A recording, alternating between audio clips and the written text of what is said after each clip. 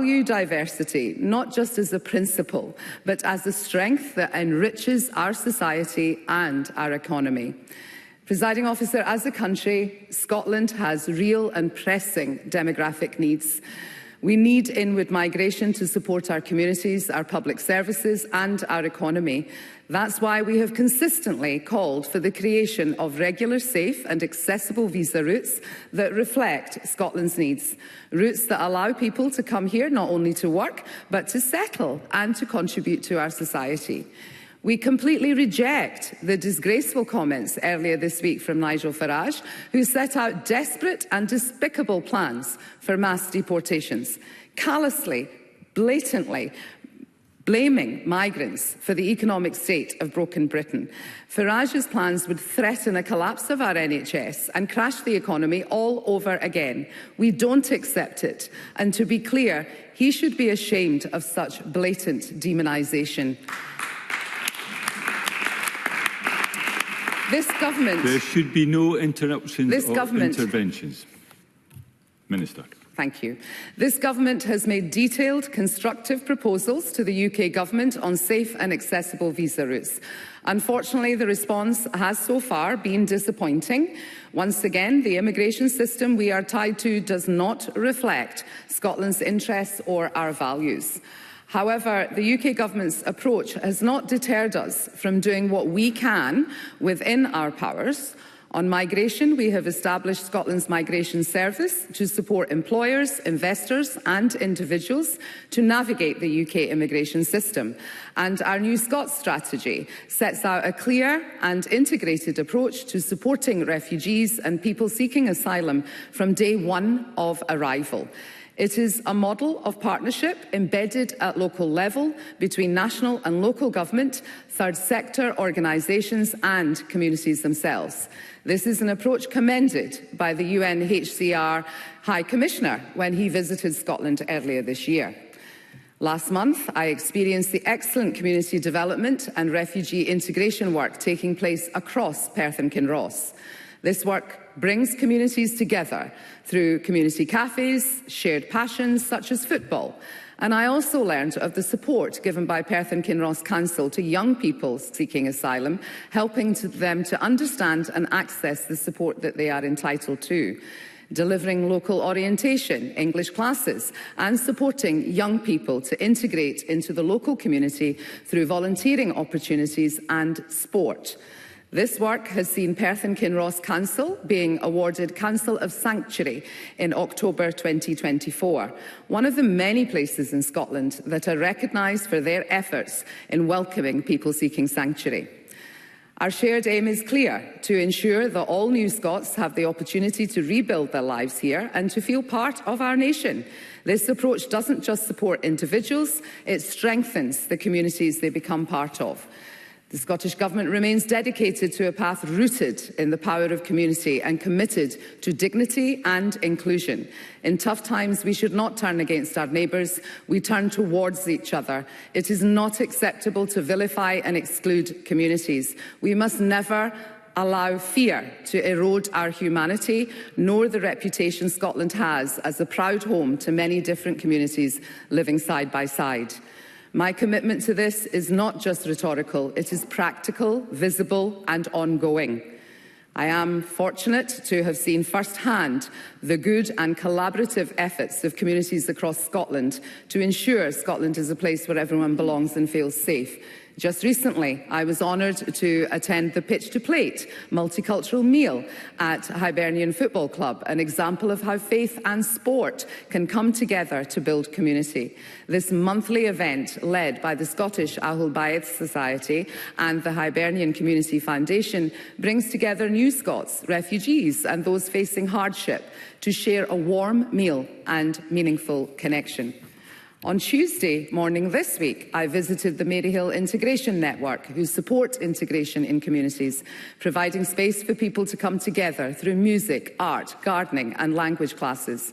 This organisation and many others like them are all doing vital work in their local areas to support integration, build community support and bring people together through community projects. They engage locally to help share factual information and build awareness and understanding through training sessions.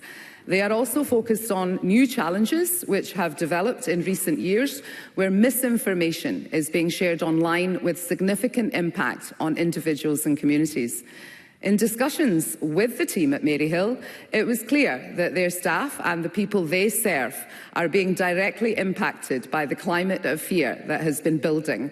This is simply unacceptable and goes against everything that Scotland stands for. Strong communities don't happen by accident. We must never take them for granted. There is no room for complacency. All this work shows the impact of community-led support that brings people together across cultures, faiths and experiences. These are spaces where shared values thrive: compassion, solidarity and mutual respect. These are the stories of success that rarely make the headlines, but they are the stories that shape a better future. Building and nurturing cohesion requires investment in services, in support and most of all in people. We will continue to support and fund organisations embedded in communities across Scotland, organisations that know their people, understand their challenges and work every day the length and breadth of Scotland to respond, adapt and engage in ways that bring people together and challenge exclusion. We recognise too that challenges remain. We are committed to addressing the shared issues and challenges felt by many and to fostering a sense of collective belonging and purpose. In line with the themes discussed at the First Minister's gathering in April, we have been actively listening and engaging with communities. As a result, we are working closely with partners to refocus our efforts towards building meaningful links between communities, broadening our approach to cohesion and ensuring it reflects the diverse realities that strengthens Scotland today. That is why today I am pleased to announce further funding of £300,000 this year, in addition to the £7.9 million for 25-26 that my portfolio already provides to support organisations working across Scotland to support community cohesion. This additional funding is intended to support organisations, activities and initiatives that bring local communities together to address shared issues and counter division. My intention is to support work that builds connections across different communities and fosters greater understanding, meaningful dialogue and intercultural activities to enhance mutual respect and understanding at a local level. The aim is to strengthen the social fabric and contribute to common goals, such as promoting collective well-being, bridging divides and countering misinformation.